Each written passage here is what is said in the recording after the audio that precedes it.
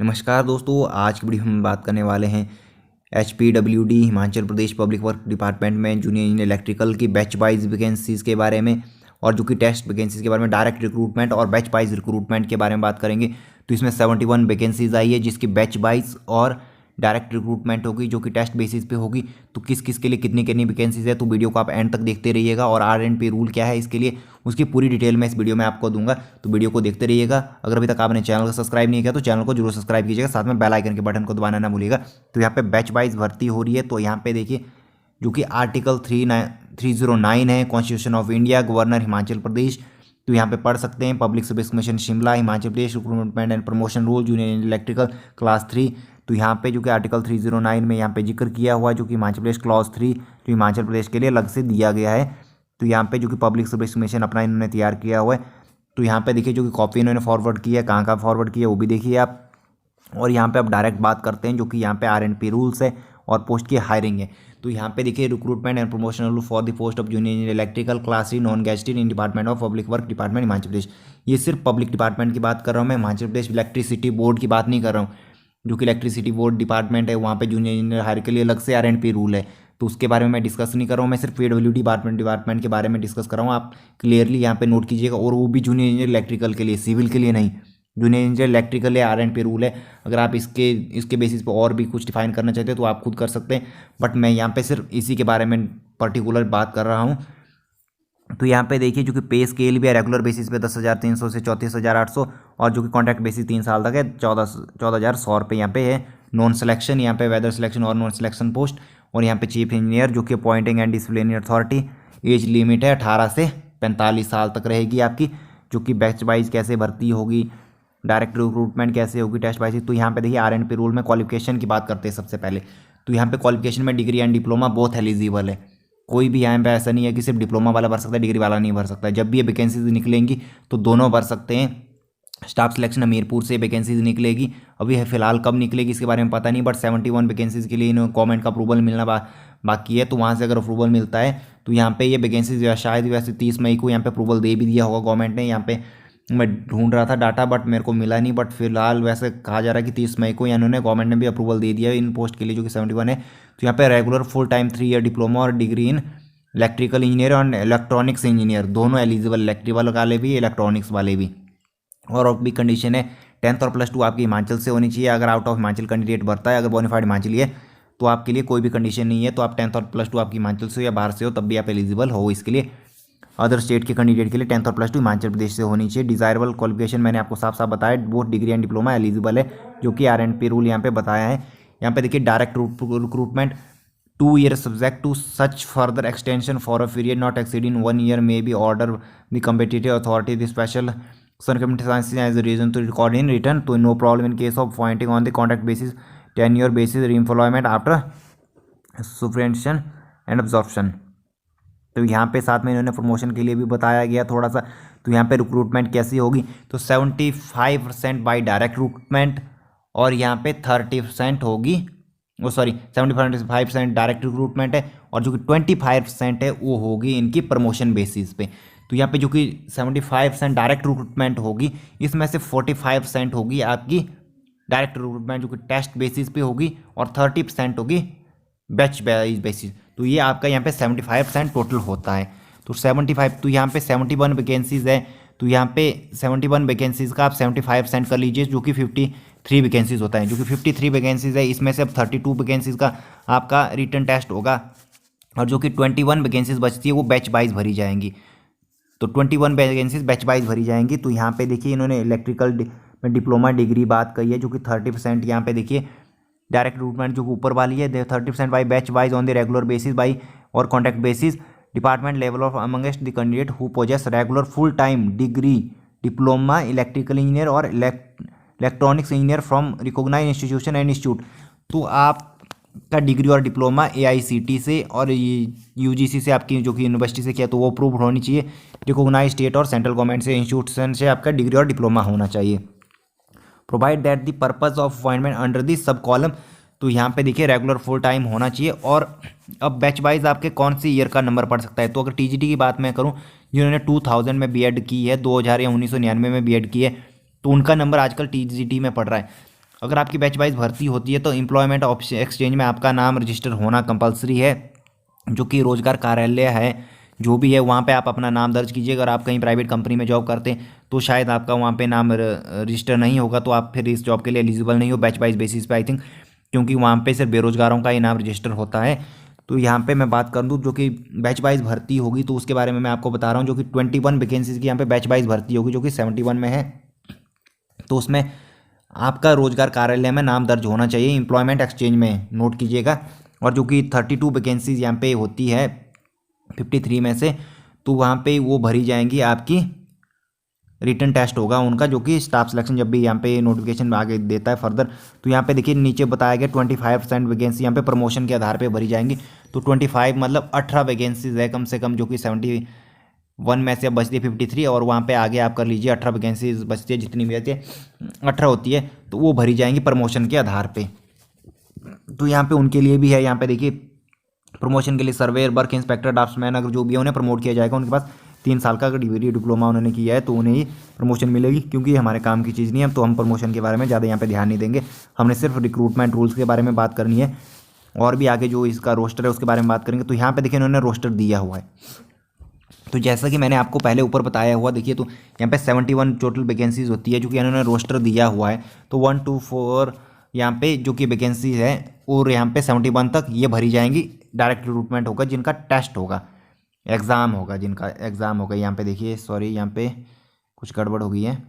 तो यहाँ पे देखिए हम बात कर रहे थे, तो यहाँ पे जो ऊपर वाली वैकेंसीज है 1 to 4 ये है, तो इनका होगा आपका रिटर्न टेस्ट, जो कि 71, जो कि 3, 7, 10, 14 यहाँ पे जो कि बैच वाइज है। ये 21 जो कि नीचे बैच वाइज होती है, तो ये होगी बैच वाइज भर्ती, जो कि 21 टोटल होती है 69 तक, और जो ऊपर वाली होती है 32 होती है, तो टोटल मिला के 53 होगी। और जो नीचे वाली बचती है कैटेगरी 1, कैटेगरी 2, 3, 4, 5, ये इनकी जो भी होगी प्रमोशन बेसिस पे जैसे भी भरते हैं, तो ये नीचे वाली उसके लिए रिजर्व है, जो कि 18 वैकेंसीज होती है कम से कम। तो यहाँ पे आप नोट भी कर सकते हैं। अगर आपको PDF फाइल चाहिए तो आप इस वीडियो को डिस्क्रिप्शन में जाके हमारे सोशल मीडिया लिंक्स पे हमें मैसेज कर सकते हो, तो यहाँ पे नोट किया जाए। अब देखिए अगर मैं बात करूँ तो यहाँ पे रिजर्वेशन कैसा कैसा मिलेगा, तो यहाँ पे जो कि 21 वैकेंसीज है उसमें से 11 भरी जाएंगी ओपन की, जो कि बैच वाइज भी नंबर पड़ेगा।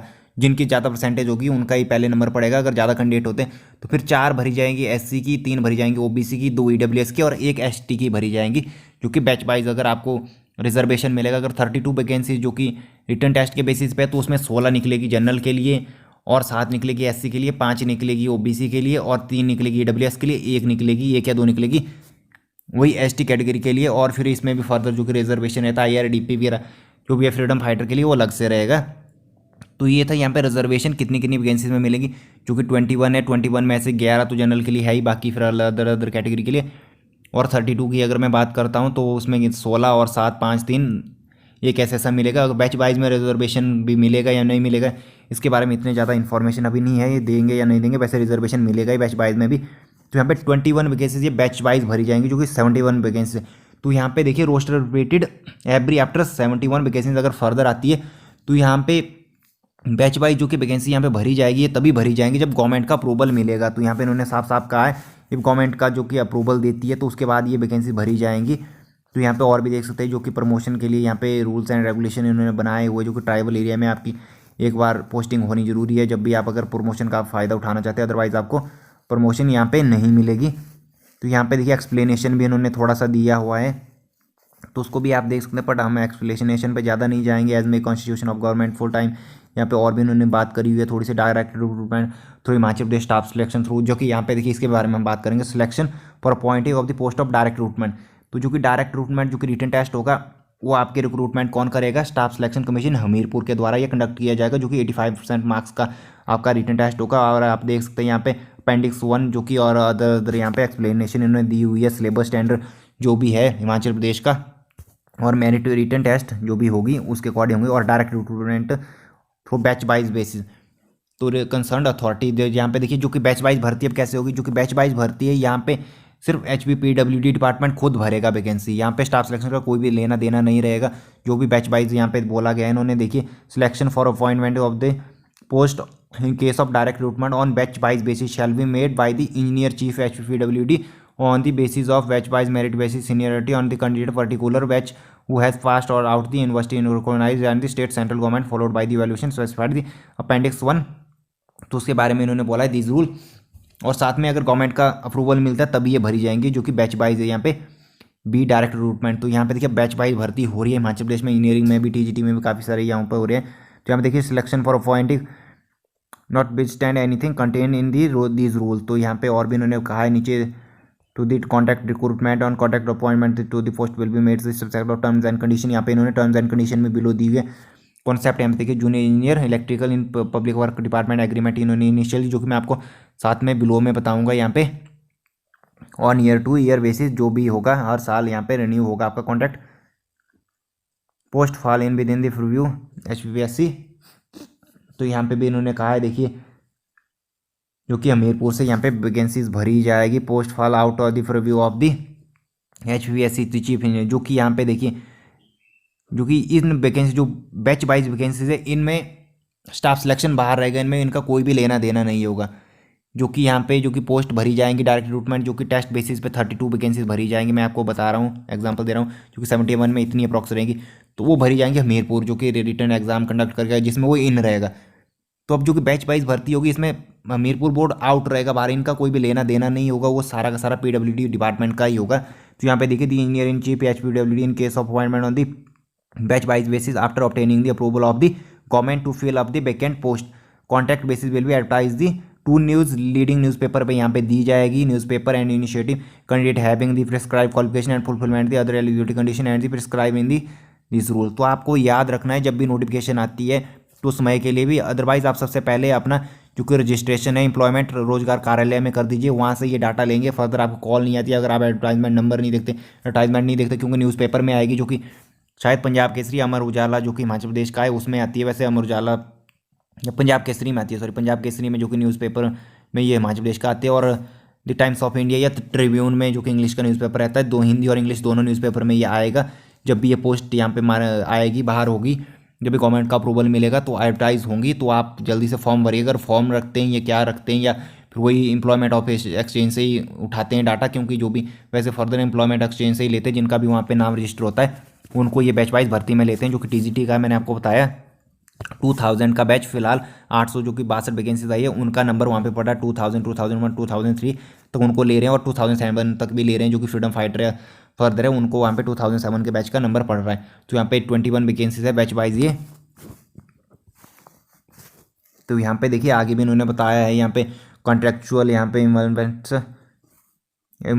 तो यहाँ पे उसके बारे में भी बताया गया इन्होंने 14,100 यहाँ पे जो कि पे स्केल रहेगा 430 रुपये पर डे। तो और भी इन्होंने further direct recruitment selection commission के बारे में बताया गया है, अपॉइंटिंग अथॉरिटी। यहाँ पे देखिए batch wise through the concern recruitment authority selection of the appointment the post और contract recruitment batch wise shall be made by engineer chief office on the basis of contract marriage seniority byes candidate particular past on the from recognise and central government state government से यहाँ पे B में बताया गया। और जो कि ऊपर जो कि यहाँ पे रिटर्न एग्जाम के बारे में बोला गया, जो कि स्टाफ सिलेक्शन का रहेगा वो खुद ही कंडक्ट करेंगे।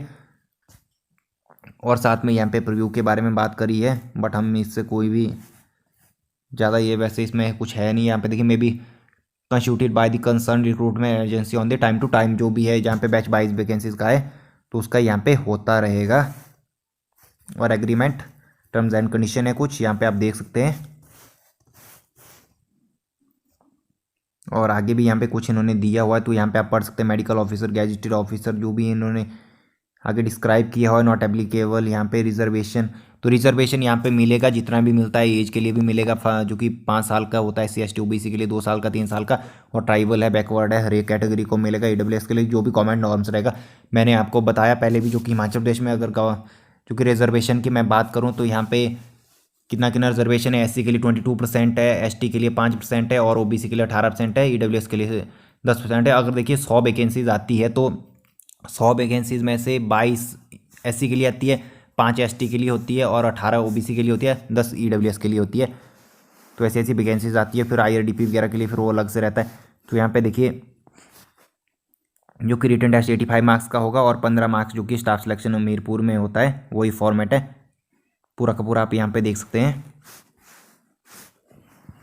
और ये है एग्रीमेंट, तो जो कि अगर आपका रिटन टेस्ट क्वालिफाई होता है और बैच वाइज आप सेलेक्ट किए जाते हैं तो उसके बाद ये आपका साइन किया जाएगा। तो यहाँ पे जूनियर इंजीनियर सिविल जो कि यहाँ पे नीचे लिखा हो फर्स्ट पार्टी, तो यहाँ पे जूनियर इंजीनियर इलेक्ट्रिकल होना था, ये जो कि टाइपो एरर एक है क्योंकि हिंदी में इन्होंने विद्युतीय लिखा हुआ है।